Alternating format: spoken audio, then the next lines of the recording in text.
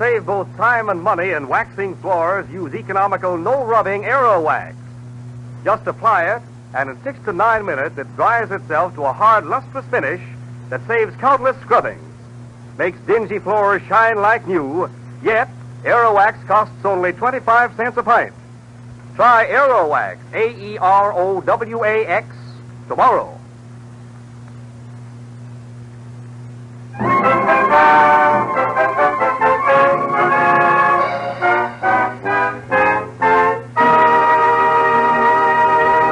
Mr. Keene, Tracer of Lost Persons, is on the air.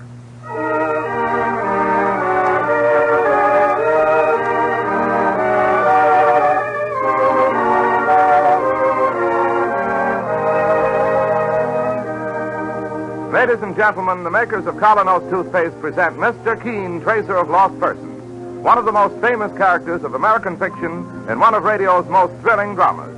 Tonight and every Thursday night from 7:30 to 8 Eastern Wartime, the famous old investigator will take from his files and bring to us one of his most celebrated missing persons cases.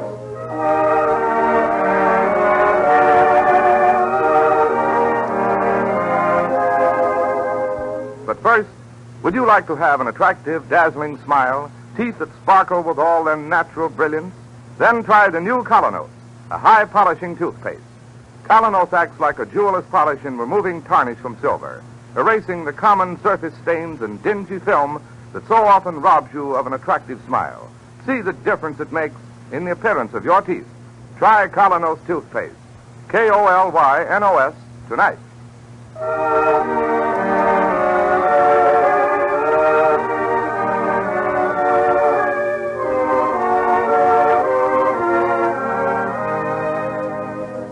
And now, Mr. Keene, Tracer of Lost Persons. Our story this time opens far from Mr. Keene's comfortable office in New York, on a stormy night in the deep south, a night lashed by wind and rain. A ramshackle old cab makes its way up a back road. Over his shoulder, the old Negro driver talks to his two passengers, Mr. Keene and the latter's assistant, Mike Clancy.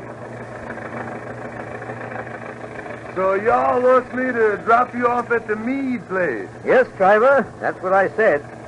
Will we soon be there? In hardly a minute, boss. Wouldn't get me to go visiting in there at night. And why not? Most unnatural folks in there. Crazy folks.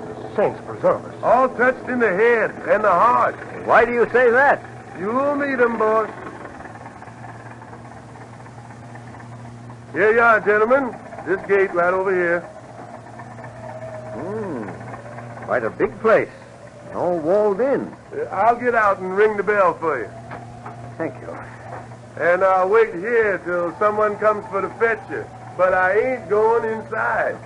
Driver, you wouldn't be superstitious, eh? Oh, no, sir. Just intelligent.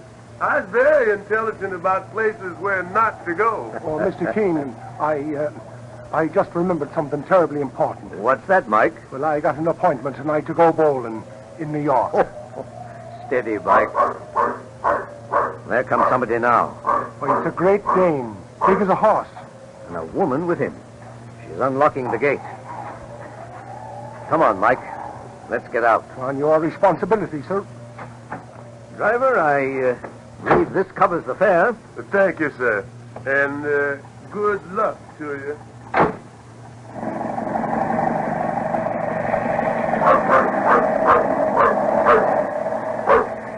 Good evening.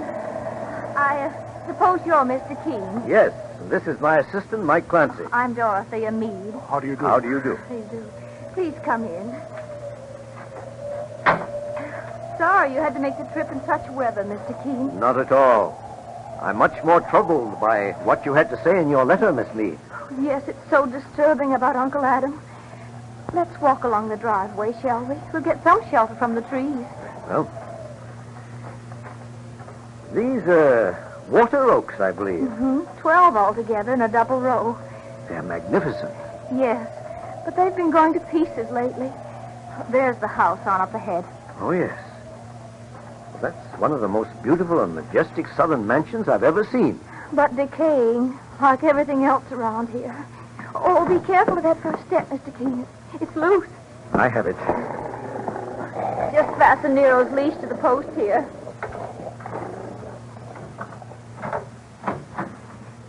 Please come inside. And just hang your coats and hats on those hooks there. Thank you. It's good to be out of the rain. Well, if you'll come across the hall now, we'll make ourselves comfortable in the library. Stop where you are. Saints preserve us. Turn around. Get out of this house. It's that man, the top of the stairs. You're not wanted here. Get out. Oh, now stop it, Cousin Roscoe. You're being very rude. I don't like strangers. I hate them. Go on back to your room, dear, and work on your plans. Otherwise, you'll never capture Washington. Ah, yes. Washington. I'll move up reinforcements to the Army of the Potomac. Dorothea, see that I am not disturbed. Glory be. Poor Roscoe is still fighting the War of the States, Mr. King. So it would seem. Here, let's go into the library. Of course. Now, if you'll just make yourselves comfortable. Well, now, Miss Dorothea, to get a few facts straight. This place belongs to your Uncle Adam? Yes, Mr. King. How old is he? About 80. And he disappeared just 10 days ago? That's right. That's why I want you to investigate. Well, now, who are all the members of the household? Well, I myself, I'm just visiting here. Then there are 2 nephews and another niece. You've just met one of the nephews, my cousin Roscoe. I'll say. Then there's also Roscoe's sister, Harriet. Both about 50. Yes. Finally, there's my cousin Herbert Meade. About 40, very charming. He lived for years in India. Oh, did he? Came back last year with wonderful gifts for all of us. I believe he's enormously wealthy. At any rate, that was the entire household except for the servants. Your uncle and 2 nieces and 2 nephews. Yes. Now, tell me about the exact circumstance of his disappearance, Miss Dorothea. Well, after dinner that night, Uncle Adam decided to go for a walk. It was very dark, moonless, but quite mild. He went by himself? No, Nero trotted off with him, Mr. King. Mm-hmm. Who was the last person to see him? Well, I was.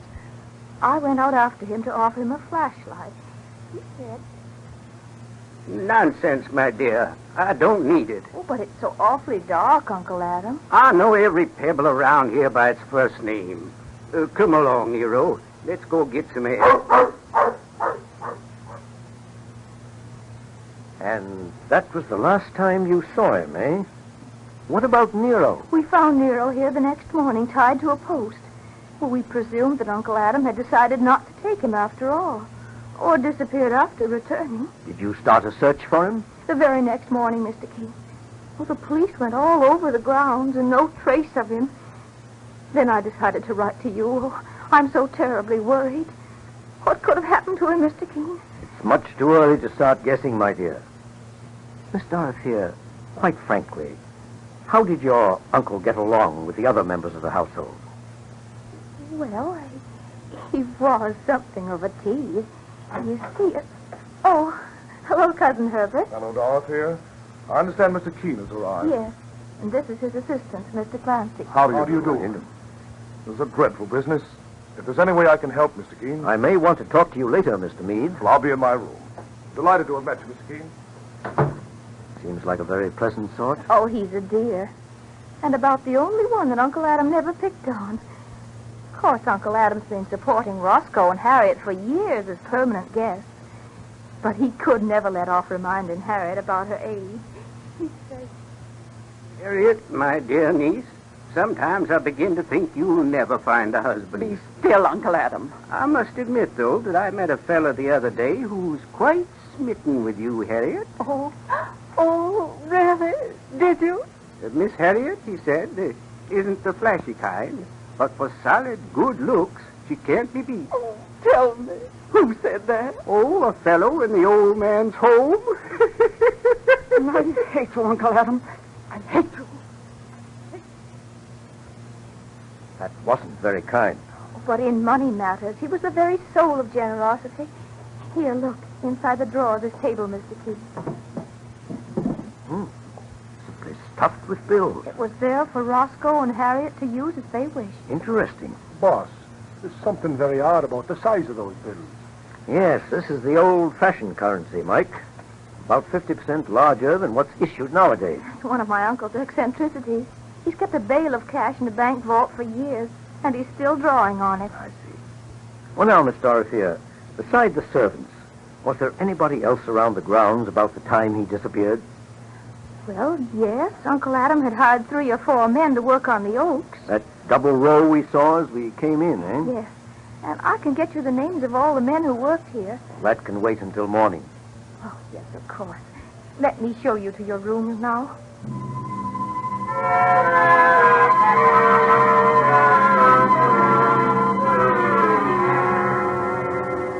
Here you are, Mr. Keene.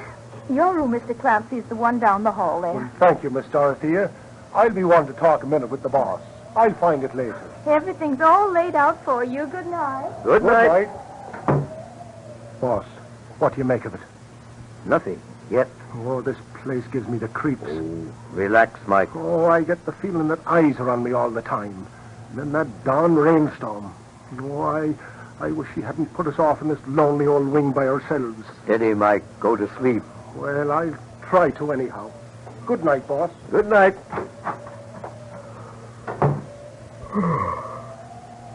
Almost 11 o'clock. It is a strange house. And a strange family. I wonder if that storm will clear by morning.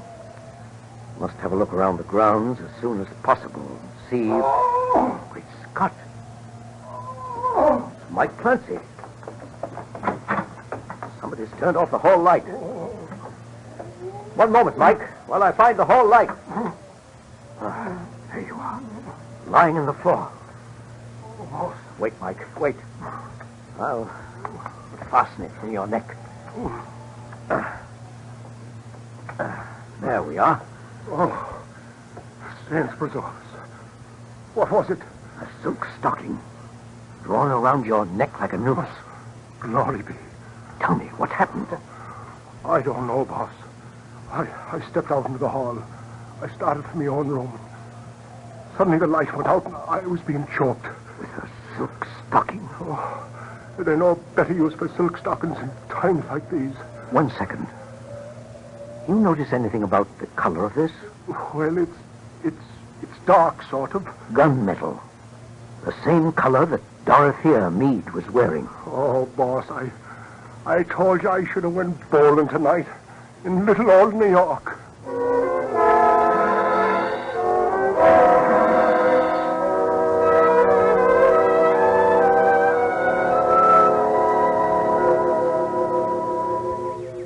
Good morning, Mr. Keene. Good morning. You enjoying the view from the porch? Yes, it's beautiful. Thank heavens the storm has cleared. Yes, it gave me the chance to look around the grounds. Oh, did you find anything interesting? But on Mr. Clancy's neck, look at this. A stocking? Why, it looks like one of my own. It was used last night in an attempt to choke Mr. Clancy. Oh, dear God. I wonder if you can explain. Well, I'm afraid that I can. I have several pairs like that.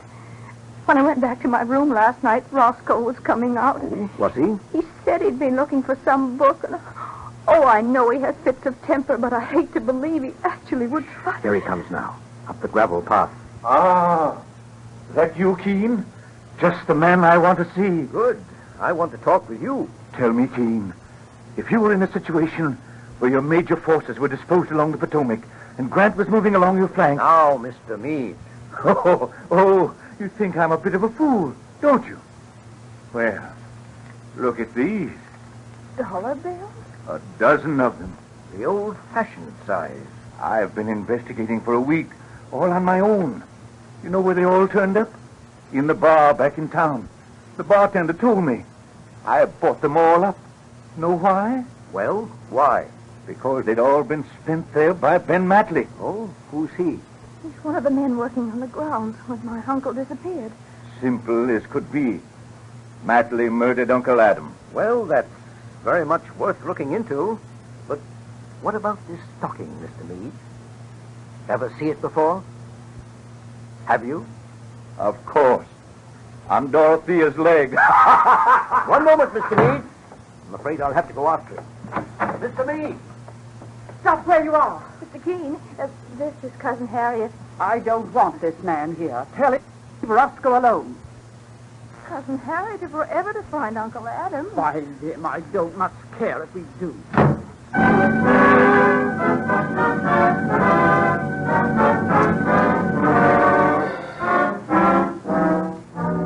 This seems to be a house of hate, with motives on every side. But Mr. Keene continues his search. Meanwhile, thousands of girls who suffer the heartache of being unpopular, clever, pretty, smartly dressed girls, have just one thing to blame: teeth that rob them of charm when they smile. Thousands of men whose livelihood depends on selling themselves to others have the same weakness of appearance to blame. They don't know it or notice it, but the people they contact do. You may or may not be one of those people.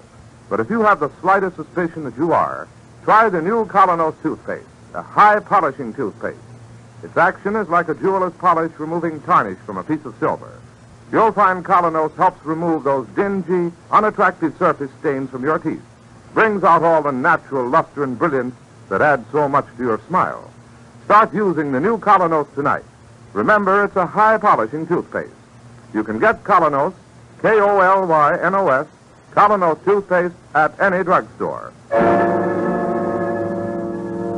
Now back to Mr. Keene, who is knocking on the door of a cottage near the Meade estate. Good morning. Are you Ben Matley? Sure enough. Keene is my name. Yeah. I heard they was calling you from New York to find old Mr. Adam Meade. Well, Matley, I'm going to ask you a very blunt question. Yeah? How do you come to have so many of those large-sized bills that Mr. Adam Meade always used? Heck, I worked for him for weeks on them trees. You would seem to be spending more than your normal share. Sure. I'm good at poker, and the other boys ain't. Well, tell me, Matley, about the work you did in those water oaks. Now, I gather that it consisted of hollowing out the rotted parts and filling them with cement. Yeah, sure enough. And then, were they finished? Yep. A couple of weeks ago today. Before Mr. Meade disappeared? The day before. Oh. Sure had big holes in them. Funny the way that rot gets in water oaks. Holes big as a house, Mr. Keene. But it never affects black walnut trees that way, does it? Hardly ever. What do you ask me for? Why? For an excellent reason.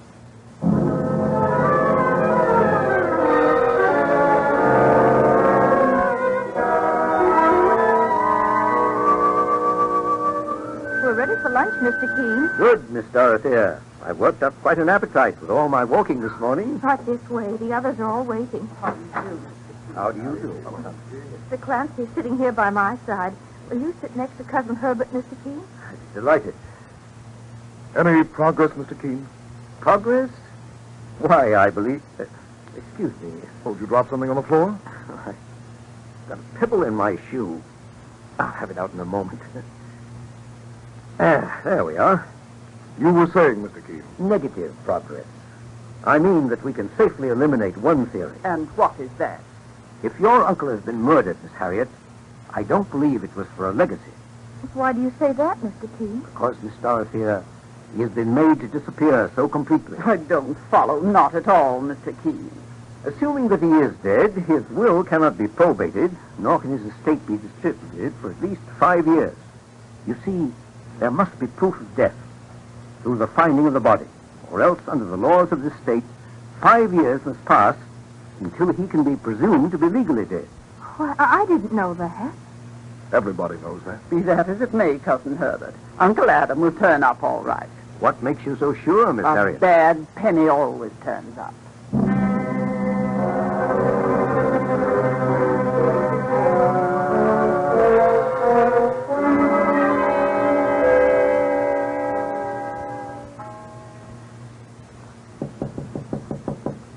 Hello? Somebody knocking? It's I, Mr. Keene, Herbert Meade. Oh, come in. Mr. Keene. One moment, I'll switch on the bed lamp. I'm sorry to waken you. It was my first chance to break away from the others. What's the trouble? I don't know whether Dorothy has been completely frank, Mr. Keene. In what regard? When Uncle Adam walked off that night, he wasn't alone. Oh, really? I was looking out of the library window. Down the path, Uncle Adam was joined by... Well, family loyalty is a good thing, but... Come, Mr. Meade. The best way is to have it all come out now. Surely we could enter a plea of insanity for him. For Roscoe, you mean? You've seen one of his rages, I believe. Yes. Uncle Adam always was ridiculing poor Roscoe's military campaigns. But the body... Mr. Keene, I know the grounds have already been searched once. But I noticed this morning that the way Nero was mooning around in back of the house. It's only a stab in the dark, but I... Yes, go on. Tomorrow, by daylight, we'll go there together. All right. First thing in the morning.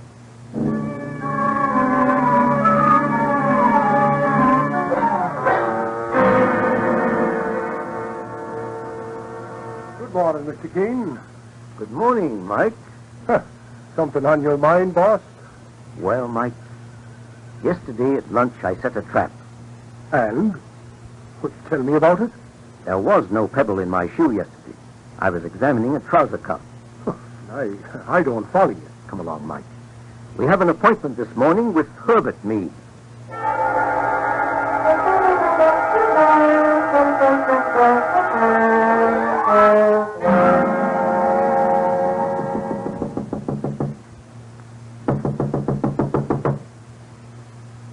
Maybe he's gone downstairs by now, Mr. Keene.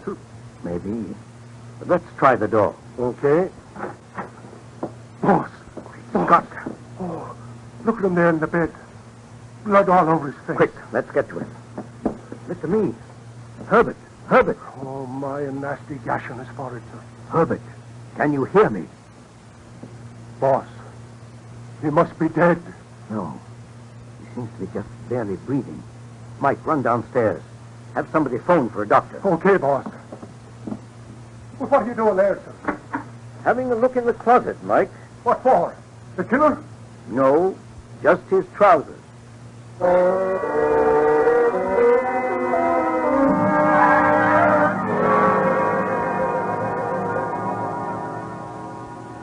we certainly had a fright, Mr. Keene. What did the doctor say, Miss Dorothea? Nasty cut for Cousin Herbert, but no fracture, fortunately. Does Herbert have any idea who attacked him? Just going back to discuss that with him now. You coming with me, Mr. Keene? As a matter of fact, I'll join you later if you don't mind. I want to have a look in your uncle's tool shed, if I may. Of course, anything, only we must find out once and for all who's responsible for all these horrors in this house.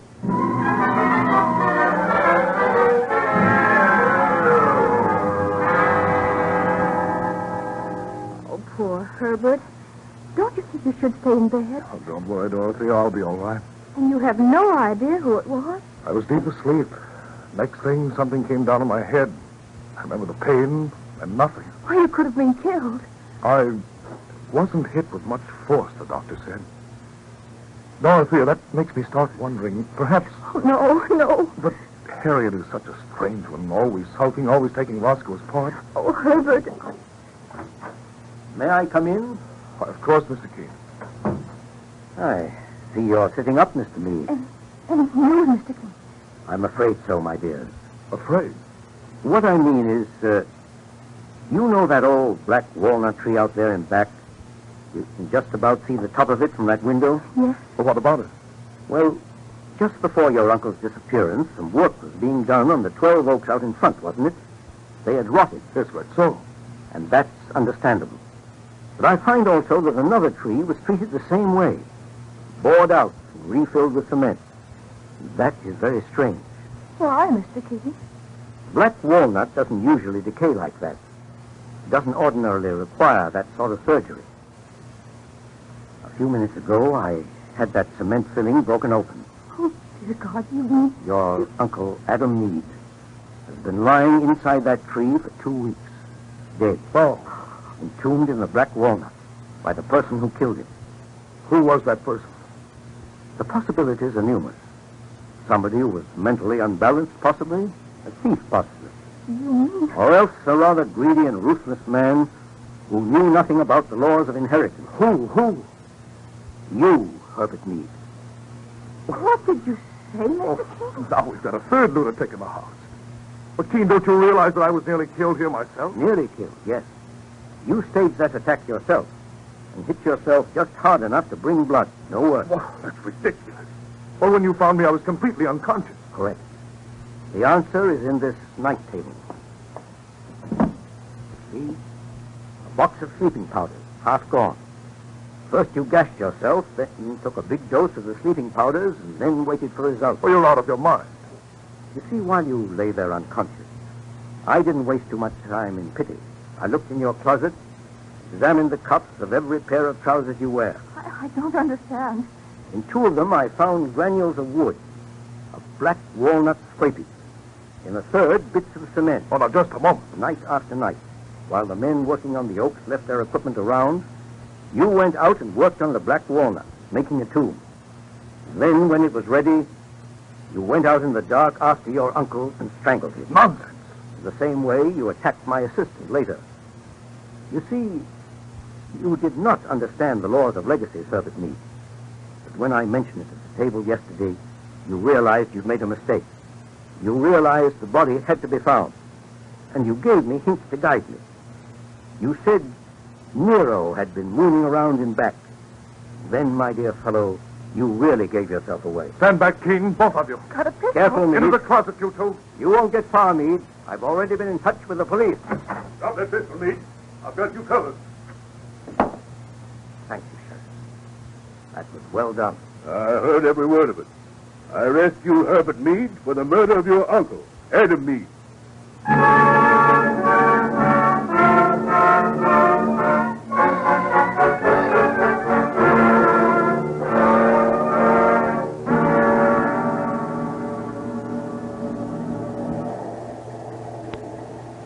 Well, the train's on time, Mike. We'll soon be getting into Pennsylvania Station.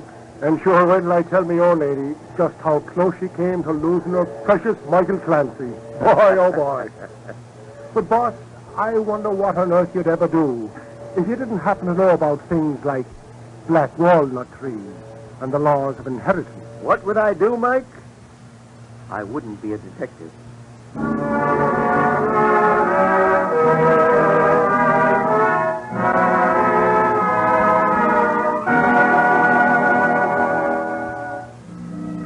And so ends the case of the Moonless Night. Listen next week at the same time as Mr. Keene brings us the bizarre and baffling case of the missing witness.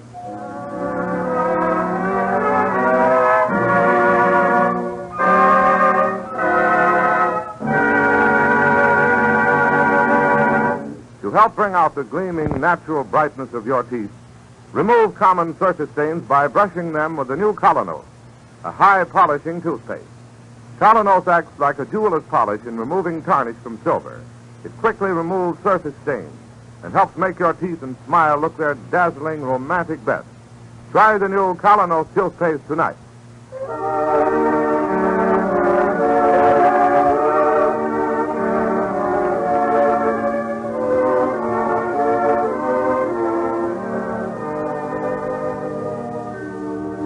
You have just been listening to Mr. Keene, Tracer of Lost Persons. Now on the air at a new time, every Thursday night, 7:30 to 8 Eastern Wartime over this network. Don't miss Mr. Keene next Thursday night when the kindly old Tracer turns to the case of the missing witness. And now, one closing thought. Many of you listening in have signed the Home Front Pledge, a pledge made by 15 million Americans in the past year to pay no more than top legal prices and accept no ration goods without ration points. If all of us will do these two simple things, we will soon wipe out the black market, cut down the cost of living, and ensure a fair share of food for the wives and families of our fighting men and millions of others living on fixed income. This is Larry Elliott saying good night for the makers of Colonos toothpaste and Mr. Keene, Tracer of Lost Persons.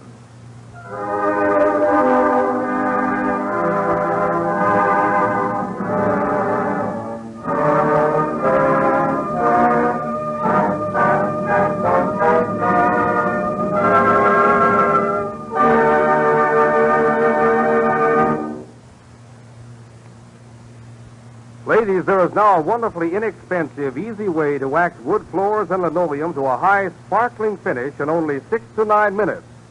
Use Aero Wax, the self-polishing wax that goes on in a jiffy, dries without rubbing to a marvelous high luster, adds beauty to your rooms, saves countless scrubbings, yet costs only 25 cents a pint. Get Aerowax, Aerowax, tomorrow. This is the Columbia Broadcasting System.